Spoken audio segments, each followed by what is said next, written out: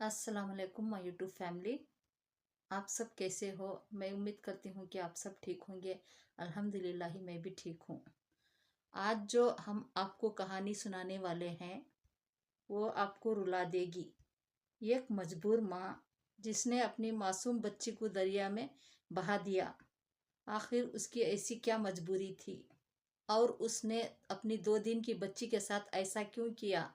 ये ऐसी कहानी है कि ये जो आपको भी रुला देगी। शाम का वक्त था। सूरज अपने तपिश के साथ दरिया की पानी पर सुनहरी चमक बिखेर रहा था। दरिया के किनारे बैठी यमुना नंगे पांव और पानी में हाथ डालकर एक के बाद एक मछली निकाल रही थी और खामोशी से अपने सामने रखे पुराने बोसीदा टोकरे पर में डालती जा रही थी। उसके चेहरे पर गहरी परेशानी और थकान और अनकही उदासी छाई हुई थी। जब टोकरा भरा तो उसने लंबी सांस ली, चादर का पल्लो संभाला, आहिस्ता अपने कदमों से छोटे तरफ अपने मिट्टी के घर के पास पहुंच गई। घर की दीवारें जगह जगह से टूटी हुई थी, छत से मिट्टी झड़ती थी और अंदर गरीबी पूरी सूरत में बैठी थी। अमना ने अंदर कदम रखा तो देखा उसका शौहर फारूक पुरानी चारपाई पर नींद दराज बैठा था। उंगलियों में सिगरेट दबी थी और धुएं के मुरगुले फिजा पहल रहे थे। अमना ने थकी हुई आवाज में कहा, मछलियां इकट्ठी हो गई है, ले जाओ उन्हें बाजार, घर का राशन खत्म हो गया है। उसकी आवाज में इल्तिजा भी थी, थकन भी और एक उम्मीद का साया भी जो हर रोज एक मायूसी में बदल जाता था। फारूक ने सिगरेट का कश लिया, बगैर कुछ न कहा उठा, टोकरा कंधे पर रखा और बाहर चला गया। दरवाजा बंद हुआ तो अमना जैसे अंदर ही ठग गई। वो आहिस्ता से चारपाई पर बैठ गई। आंखों के किनारे भीग गए। इन 2 सालों में अमना 2 दफा हामिला हुई, मगर दोनों मर्तबा उसका बच्चा उसे हटाना पड़ा। दाई ने बताया कि ये बेटी है और ये खबर सुनकर फारूक की आवाज कांप उठी। उसने चीख कर अमना को डांटा, मुझे बेटी नहीं चाहिए, अगर बेटी हुई तो इस सख्त में मैं तुम्हें जिंदा दफना दूंगा। उस धमकी ने अमना के दिल में सख्त खौफ उधार दिया था जो वक्त के साथ गहरा होता गया। अब फिर वो हमला थी। 3रा महीना चल रहा था मगर उसके चेहरे पर खुशी का कोई इशारा कुछ न था। फारूक की सख्त मिजाजी ने उसके अंदर बेचैनी, रोज बढ़ती हुई घबराहट पैदा कर रखी थी। वो जानती थी कि उसका शौहर जालिम है, ये बात तो उसके अंदर खून की मालिन हो चुकी थी। दिन गुजरते गए। अमना का 8वां महीना था मगर उसने आराम कम और जिम्मेदारी ज्यादा उठा रखी थी। हामिला होने के बावजूद वो सब काम करती। मछलियां पकड़ना, टोकरा भरना और घर के काम सब उसके कंधों पर थे।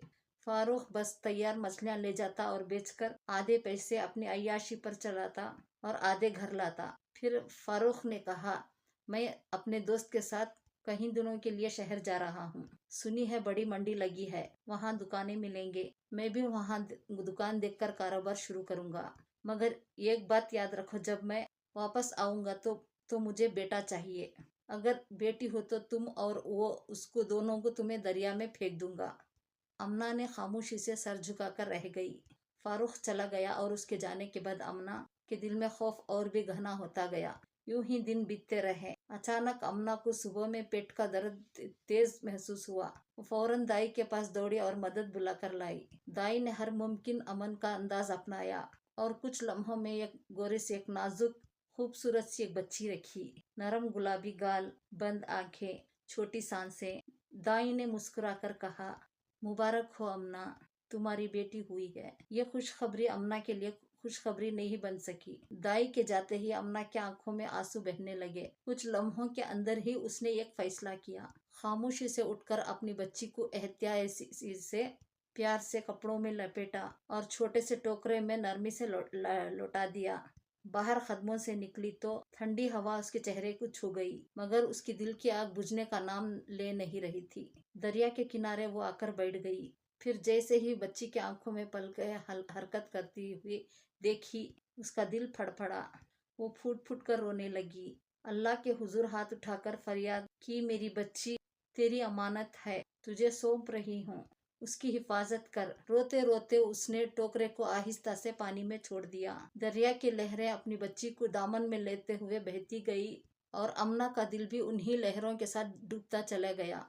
बच्ची को दूर जाता हुआ उसने देखकर उन्हें ऐसे चीखते हुए आंसू बहाए जैसे उसके वजूद का आखिरी हिस्सा किसी ने छीन लिया हो। घंटों वहीं बैठी रही, आंखों में आंसू, दिल में वही घुटती हुई चट्टान। दरिया के मौजें कहीं ले गई मगर अमना का दर्द कम ना हुआ। शिकस्त ताकतों से घर लौट पहुंची, नमाज के मकाम पर बैठ गई, फिर भरपूरी से रोई और आंखें बंद करके बच्ची के लिए दुआ करती रही।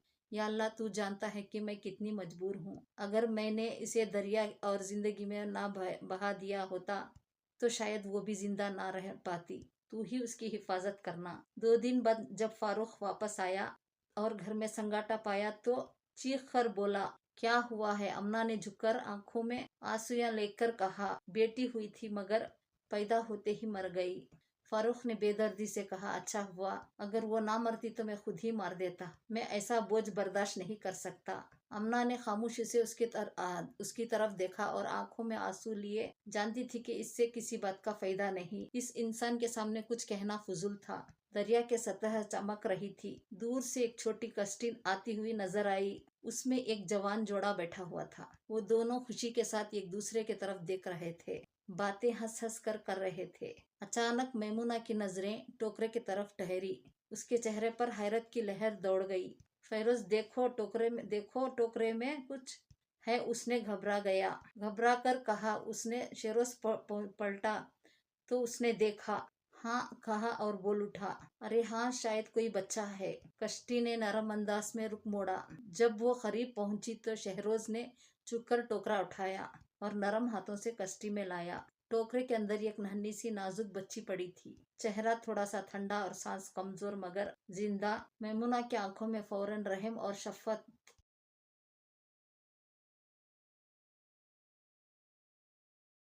मैमुना की आंखों में शफकत जागी। बच्ची को उठाते हुए बोली, कौन हो सकता है जो इसे यहाँ छोड़ गया?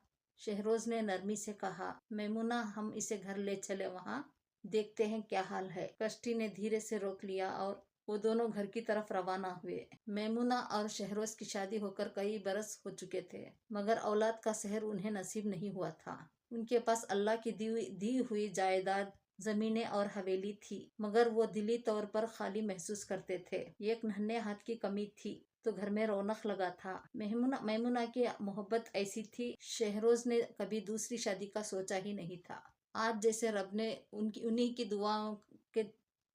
दुआओं का जवाब दे दिया था। बच्ची उनकी जिंदगी में रहमत बनकर आई थी। घर पहुंचकर बच्ची को मैमुना ने गर्म कपड़े पहनाकर कपड़ों से लपेटा, दूध गर्म किया और फीडर से उसके मुंह में डाला, मुंह के पास रखा। जैसे ही दूध बच्ची के मुंह को छुए तो आहिस्ते से वो मुंह खोली। वो शहरोज की तरफ देखकर बोली, शहरोज, लगता है अल्लाह ने ये बच्ची हमें भेज दी है। हमारी दुआएं कबूल हो गई। शहरोज ने नरम लहजे में कहा, हाँ मैमुना, आज से ये हमारी बेटी फातिमा है। हम इसे पालेंगे, इसकी हर जरूरत पूरी करेंगे। ये अल्लाह का इनाम है।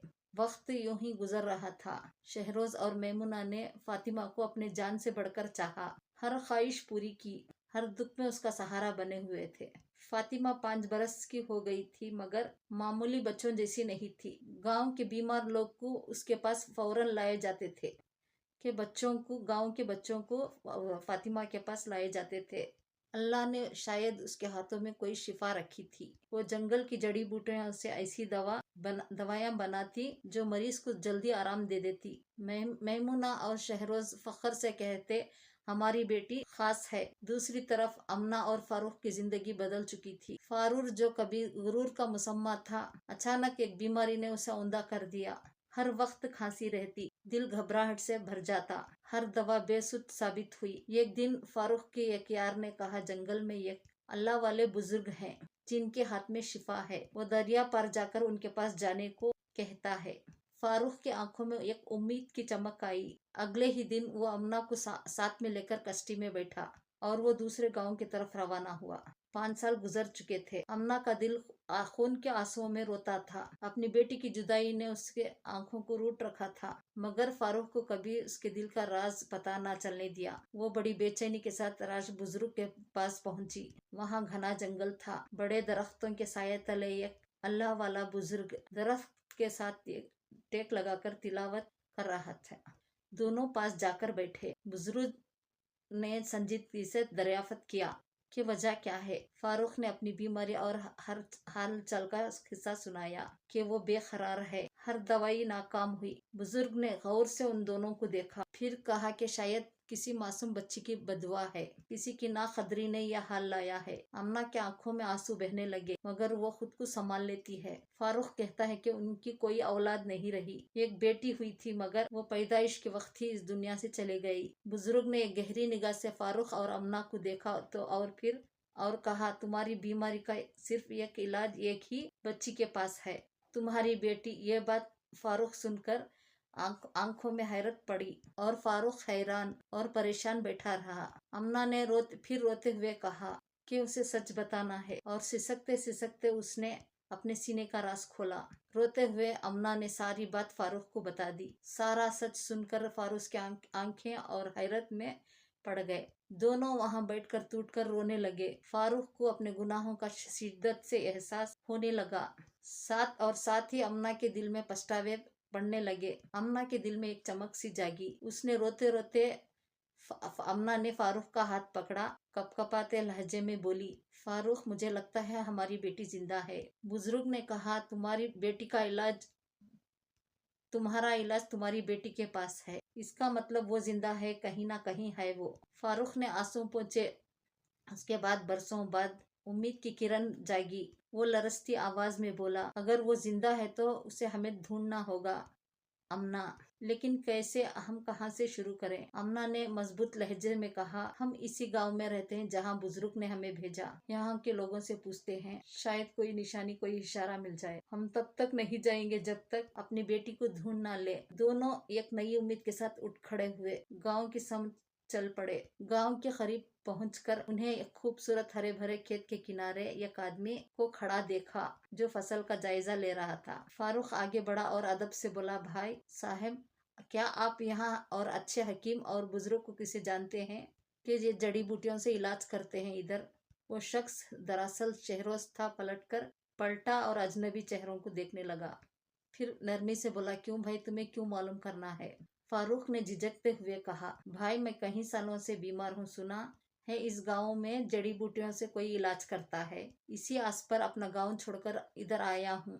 उसने नरमी से मुस्कुराकर कहा, अच्छा, आप मेरे साथ चलिए, आप मेहमान मेरे घर मेरे साथ चलिए, आप मेहमान हैं और मेहमान की खिदमत करना हमारा फर्ज है। यूं शहरोज अपनी बड़ी सी हवेली में दोनों को ले आया। उस रात उनकी बेहद इज्जत और तकरीम की गई। खाने पीने का बेहतरीन इंतजाम था। अगली सुबह शहरोज ने फारूक से कहा, मेरी बेटी जड़ी बूटियों से बहुत इलाज करती है, अल्लाह ने उसके हाथ में शिफा रखी है। वो शाम को दवाखाने में आएगी, तुम वहाँ जाकर इलाज करवाना, इंशाअल्लाह तुम्हें फायदा होगा। फारूक ने शुक्रगुजार नजरों से शहरोज को देखा और दिल में एक अजीब सा सुकून उतर गया। वो बेचैनी से शाम का इंतजार करने लगा। शाम का वक्त था। दवाखाने में मध्यम चिराग जल रहे थे।